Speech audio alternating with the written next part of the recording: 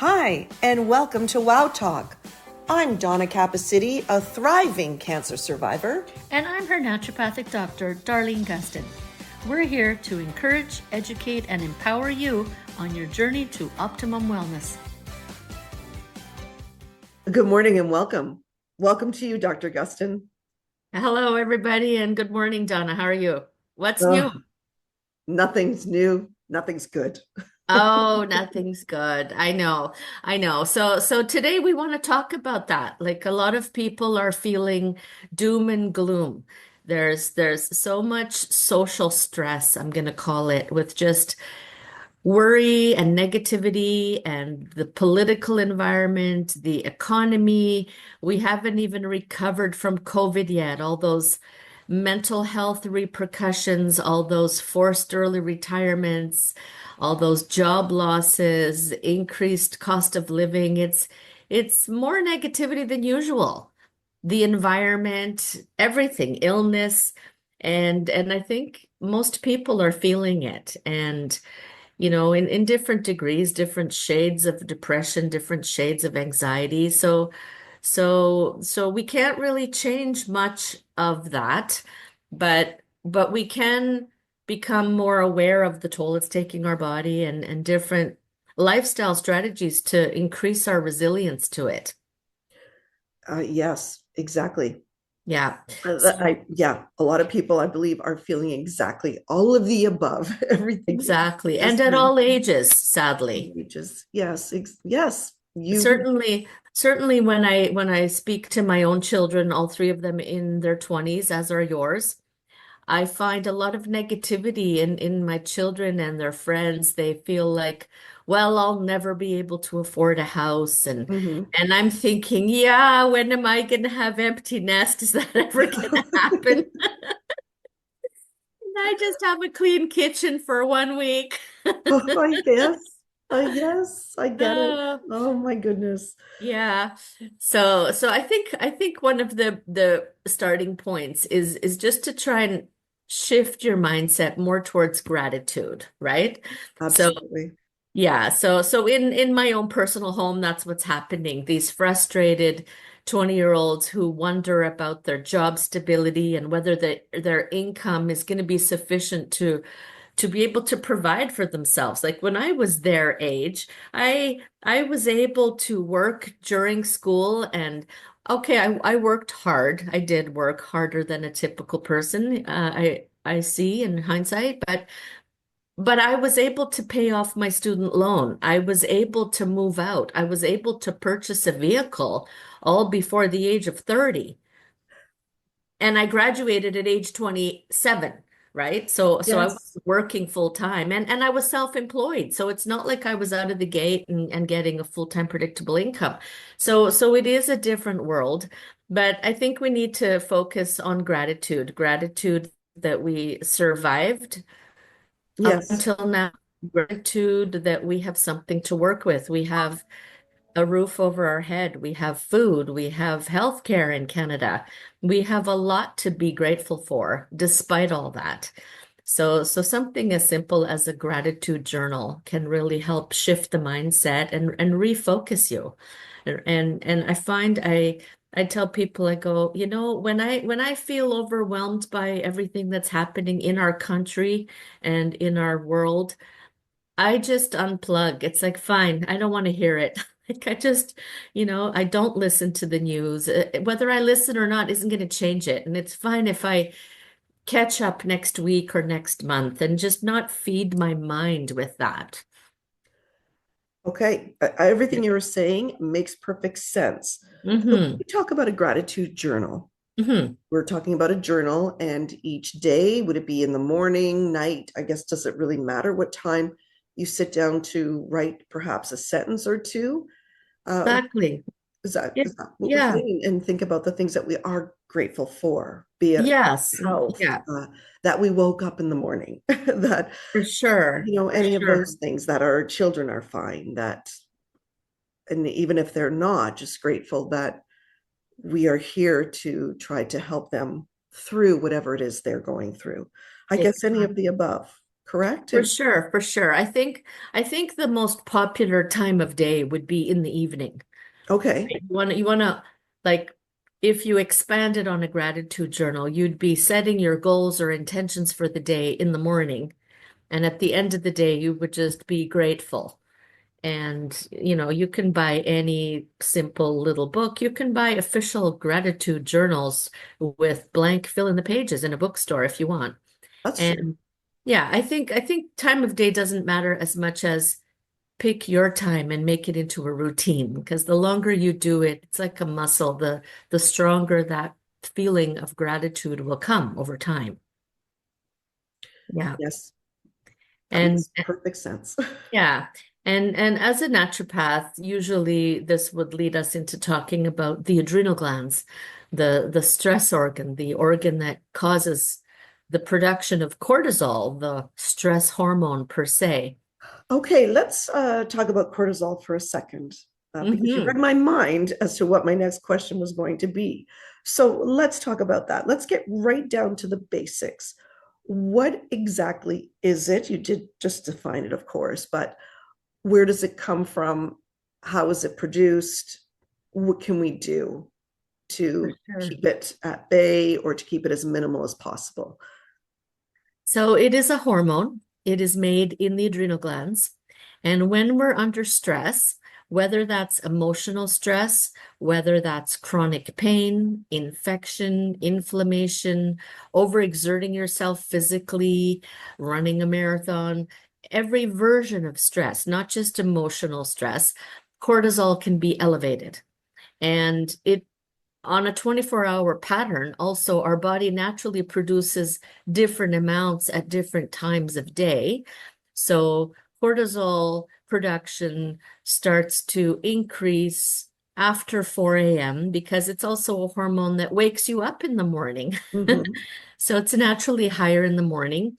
And as the day goes by, as you hopefully decompress, calm down your pre-bedtime routine, cortisol is naturally supposed to come down and get out of the way so that it can be replaced by melatonin, the hormone that Yes. makes you go to sleep. So those two are like a teeter-totter with each other. One goes up, the other goes down. They go back and forth. So when you're newly stressed out and you're stressing out, the cortisol goes high and your whole body goes into overdrive. Your brain might be racing, you might not, you might be physically moving quicker, thinking quicker, more energetic. Even caffeine can make cortisol go high. And Mm, I call that driving your car fast. yes. And you can only be in that state for a certain period of time until you run out of gas. And Okay. then you become burned out. So that's like step two. So you drive fast until you run out of gas. So someone who's stressed out is in a state of high cortisol. Someone who is burned out is in a state of low cortisol. So a patient might use the word stress in both situations, but the way to help themselves is different. So if you are burned out, if you've been so stressed out for so long that you're just dragging yourself, the last thing I told the patient yesterday, stop exercising. Like you're just exerting with energy that you don't have. You need Oh, rest. You need rest. oh. No, that's really So interesting. there's, yeah, there's a time for rest and there's a time for exercise. And and I told her a little story, which I share with many patients about the topic of stress. It's not about me giving patients herbs and vitamins to increase or decrease their cortisol. It's about not having a reason to need these things in the first place Yes. and teaching patients the simple lifestyle changes they can do to preserve their resilience because life happens. And so I tell them, I go, why don't you ask this naturopath, what are the top three things that I've seen as most effective for stress in my 30 years of practice? These are the answers, the top three. Number one is rest. Number two is protein. I knew you were going to say those two You knew. in that And order. number three is mindset. Yes, So the yes, gratitude journal, we started with number three. we did. We How do did. you shift your mindset, right? Hmm. And those are my top three answers. And until you've put those three in place, I don't want to talk about magnesium and ashwagandha Yeah. until until I know, how's your sleep routine? Yes. Okay. Yes. All Mhm. of that makes sense. I do want to ask you a question, though. I hope this is still on topic. Back to the cortisol. Why Mhm. is it that certain people, or maybe everyone, the bloating that happens Mhm. with what's going on there? Well, the body's all interconnected. So if you mean gastrointestinal bloating, yes, but I'm not sure if you're maybe actually referring to belly fat, which is a little different. Well, I'm not sure, but I've heard that, and so maybe this is just talk or I've got it incorrect, that the cortisol, like if there's an abundance of it, if you're creating a lot, and there's a lot of stress, that there can be a bloating in the abdomen. That like so I'm not sure. Does it create belly fat or is it the gut? Like I don't even understand the correlation. I don't. So Both, that's why I both. thought I would ask. Maybe other people have the same question. Yeah. Yeah, both actually. So both are related to cortisol. Cortisol is very, very related to abdominal fat. So a person could be tested on a body composition machine and they could have the healthy amount of overall body fat. But if they've got an extra couple pounds or more than a couple pounds, but it's all in their belly, that's the more dangerous visceral abdominal body fat, belly fat, sorry, belly fat, not body fat. And that's very connected to risk of heart disease and Yes. cancer and lots of other things. But also the digestive system is affected by cortisol. So I often describe this like running from a tiger. So when caveman was running away from the tiger, he needed lots of cortisol to run away. Yes. And when you're in high cortisol, your body thinks Donna's running from the tiger. And Donna's body is not focused on digestion, No. but Donna ate that day. Yes. Like, So you're stressed out and you have a meal, and your body doesn't really care so much about digestion, which in itself can take a significant amount of body energy. When you have a full belly, 1/3 of your body physiology is dealing with digestion, but you have to run away from the tiger. So your brain is going to prioritize run away from the tiger and take away from how well you digested that meal. okay.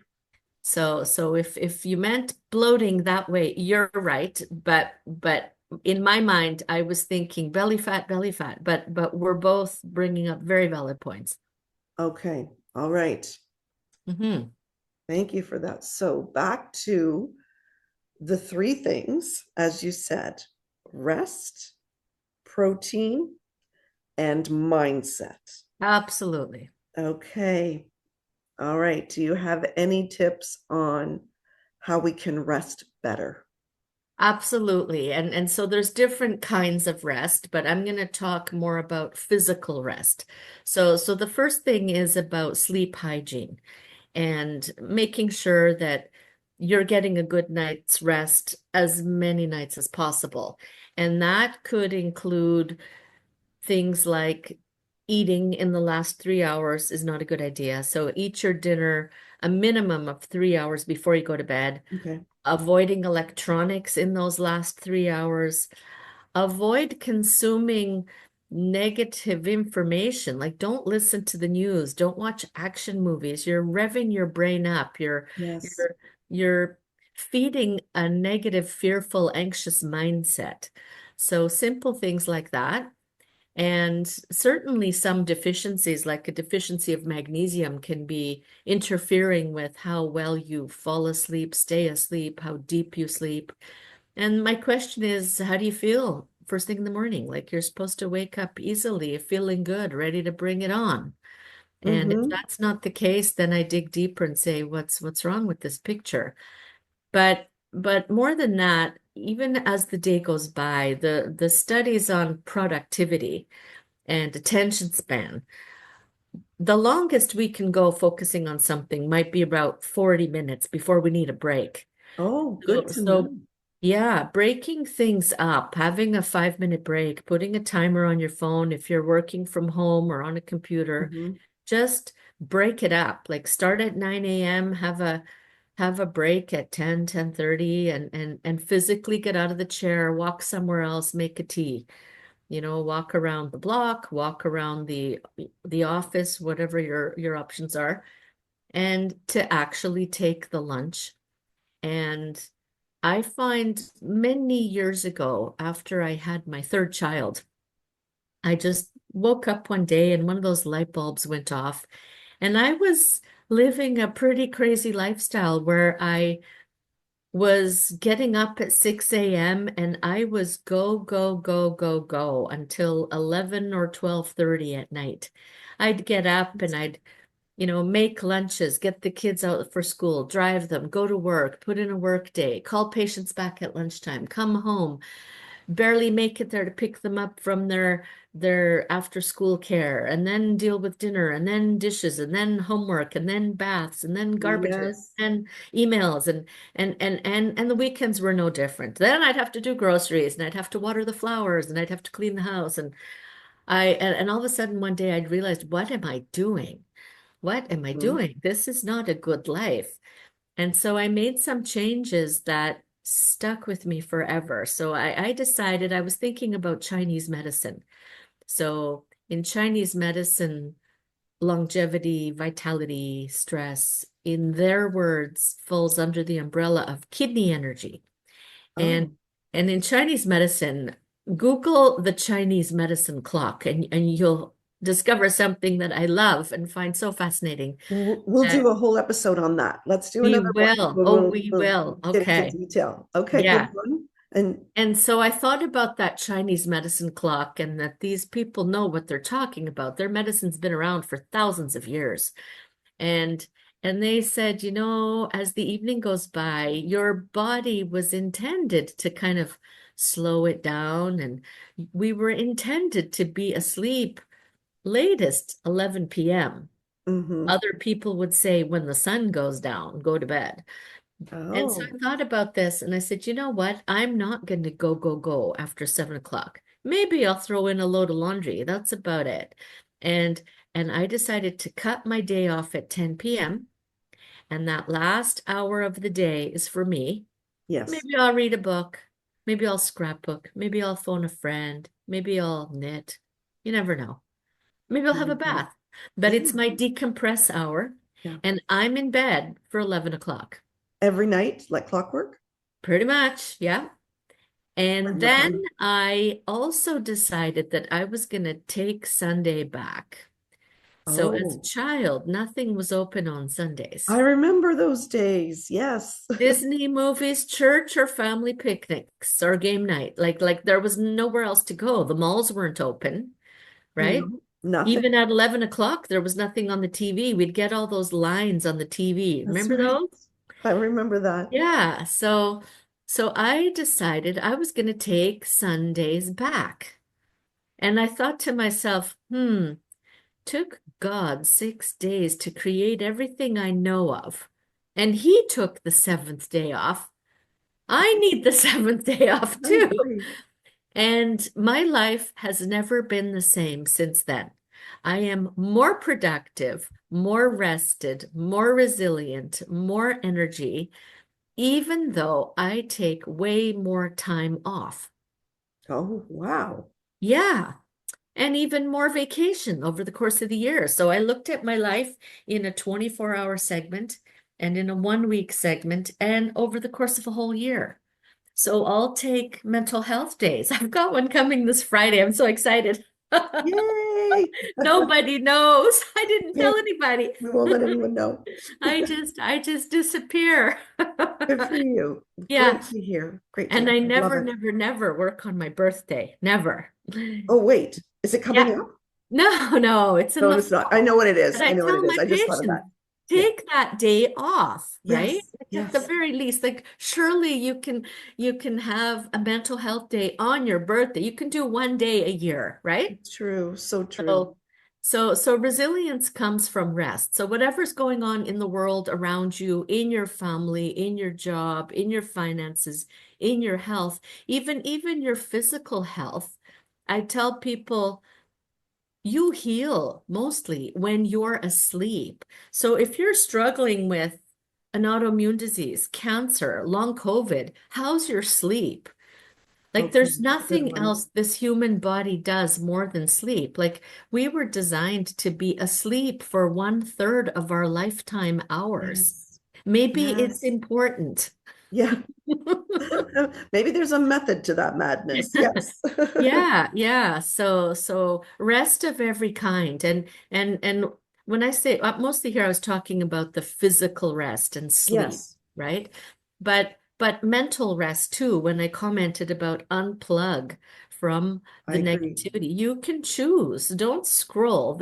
When you're scrolling on a phone or on your computer, somebody else is controlling what's get fed in your mind, Yes. right? Hmm. So take control back over your own mindset by filtering what deserves to be in your thoughts. Okay, that makes Mm. perfect sense and it calms things down and we Very can be in much. control. And I Hmm. think once again, I can't remember if we've done anything on meditation, but that would be another tool to use in order Absolutely. to calm the mind. And Hmm. there are lots of YouTube videos that will guide you through that. There are a Hmm. lot of free services that will. I mean, we were talking about unplugging, Hmm. but in that case, you're not filling your brain with more facts or more, as you said, stimulants. Like Yeah. it's actually giving us something to bring us down, right? And to Yeah. calm Yeah. us down. Yeah. So that's one thing. Then when we talk about the protein, that's all about nutrition then in that case, correct? Hmm. Hmm. Hmm. Okay. So I meet people who many of them are not eating enough protein. Like I'm legitimately surprised when I meet someone who is eating enough protein. Oh, So, and with this growing trend of plant protein, vegetarians, vegans, etc., I find big blind spots in their nutrition.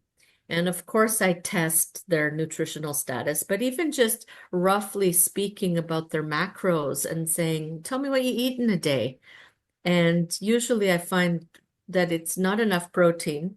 And God forbid if they have a high activity level, you need extra protein, and they're not even meeting the bare minimum. So patients usually don't have this very basic nutritional knowledge. And the biggest way that I can prove, first I'll just verbally consult with them when I first meet them. But in their second appointment, I do a body composition analysis that measures what you're made of. And protein is what your muscles are made of and mm-hmm. your body parts.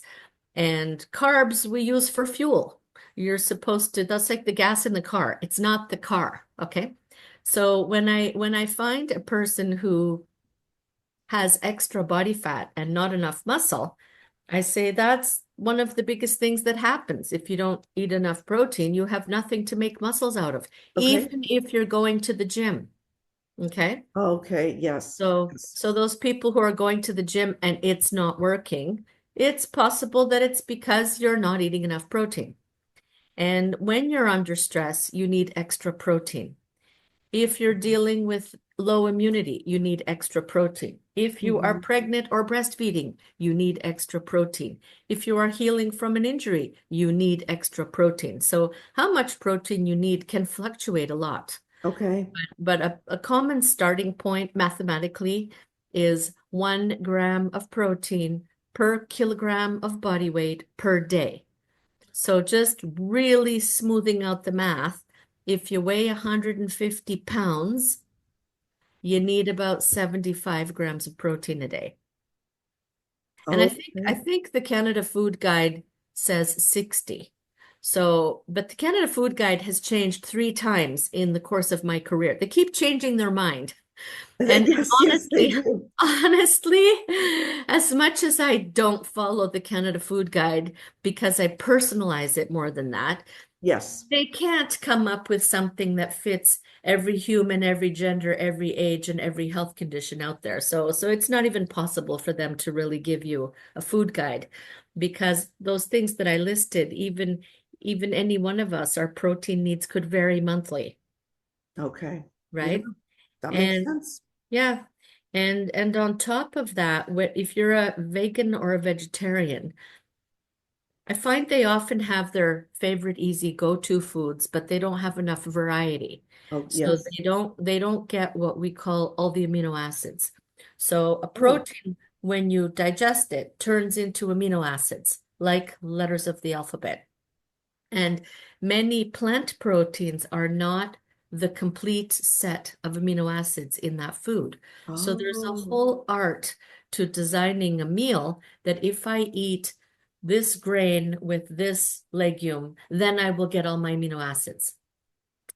So oh, there are a few plant proteins such as soya. Soya is a complete protein. So I find these gaps nutritionally and these amino acids as individuals, many of them are neurotransmitters and they calm the mind and they reduce the stress. They help you heal from post-traumatic stress. okay. So it sounds simple, eat more protein, but we can really dive deep on this and get really fancy with the chemistry of why I just said that. I want it to be easy and simple for you, but the Yes. science behind it can go really deep. Okay. Mhm. Wow. And then and then just yesterday, the same person who I told stop exercising, Hmm. um, we were talking about protein and what I found from our blood test that we do in office on the microscope, I found that she doesn't digest the protein. So I told Oh, her even if you ate the amount of protein that I was just talking about, you're not breaking it down. So sometimes when you're doing everything right and it's not working, this is where we find the answers. You need to digest, you need to consume and digest the protein. absolutely. Sure. Hmm. Hmm. Okay, that's a whole other thing we need to talk Yeah. about then Yeah. too. So protein. Yes. Protein is like putting gas in the car when Yes. you're trying to build up resilience, is good night's sleep, number one. Sufficient, well-digested protein, number two. Yeah.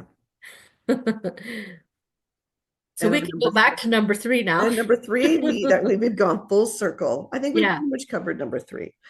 Well, Uh, I would add a few more tools to that okay, toolbox. let's do that. I Let's think your meditation is fabulous. I I had never meditated until COVID, until I was forced to stay home for 3 months, not allowed to work.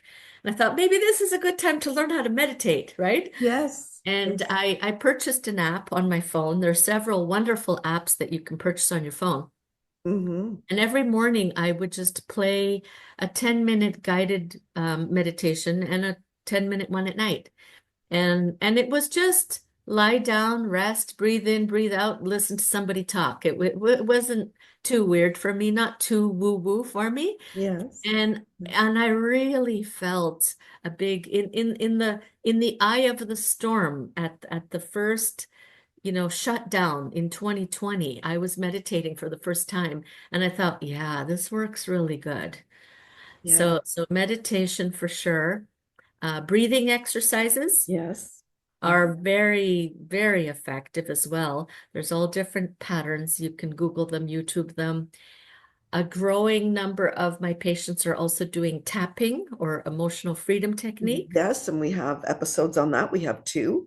Beautiful. Yes. Yes, definitely. So it's a mix of psychology and acupuncture points. Yes. And I recently bought myself a book on this topic and was so excited. In the foreword of the book, they had done a small study on tapping and found that it changed the gene expression of many genes. I forget the number, some big number, 60 or Oh, 200. I think it was 200 genes.